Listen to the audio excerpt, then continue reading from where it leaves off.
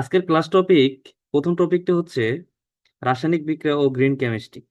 রাসায়নিক বিক্রিয়া ও গ্রিন কেমিস্ট্রির প্রথম কোশ্চেনটা হতে পারে যে গ্রিন কেমিস্ট্রি বা সবুজ রসায়ন কি।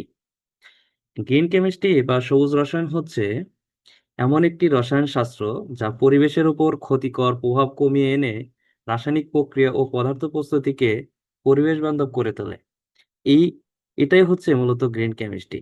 এই গ্রিন কেমিস্ট্রির মূল উদ্দেশ্য হচ্ছে বিষাক্ত রাসায়নিক ব্যবহার না করা, বজ্র উৎপাদন কমানো, টেকসই পদ্ধতিতে রাসায়নিক উৎপাদন বাড়ানো।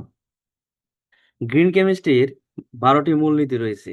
এর মধ্যে যেমন পরিমাণগত বিশ্লেষণ, বজ্র হ্রাস, কম বিষাক্ত দ্রব্যের ব্যবহার, পুনর্ব্যবহারযোগ্য কাঁচামাল ব্যবহার, শক্তি সাশ্রয় পদ্ধতি অনুসন্ধান অনুসরণ ইত্যাদি। এখন আমরা শিখব সবুজ রসায়নের একটি উদাহরণ। জৈব দ্রাবকের পরিবর্তে পানি বা সুপারক্রিটিক্যাল কার্বন ডাই অক্সাইডের ব্যবহার করা একটি জৈব রসায়ন, অর্থাৎ সবুজ রসায়নের উদাহরণ।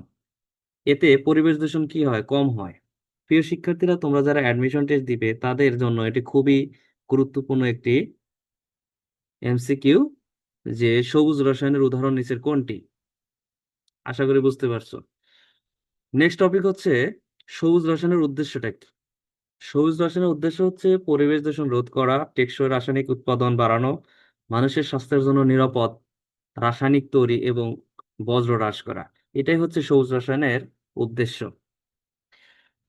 সবুজ রসায়নের আসলে গুরুত্বটা কি? গুরুত্বটা হচ্ছে এটি পরিবেশ বান্ধব রাসায়নিক তৈরি করে, বজ্র উৎপাদন কমায়, শক্তি খরচ কম হয়, শিল্পে নিরাপদ ও টেকসই পদ্ধতির ব্যবহার নিশ্চিত করে।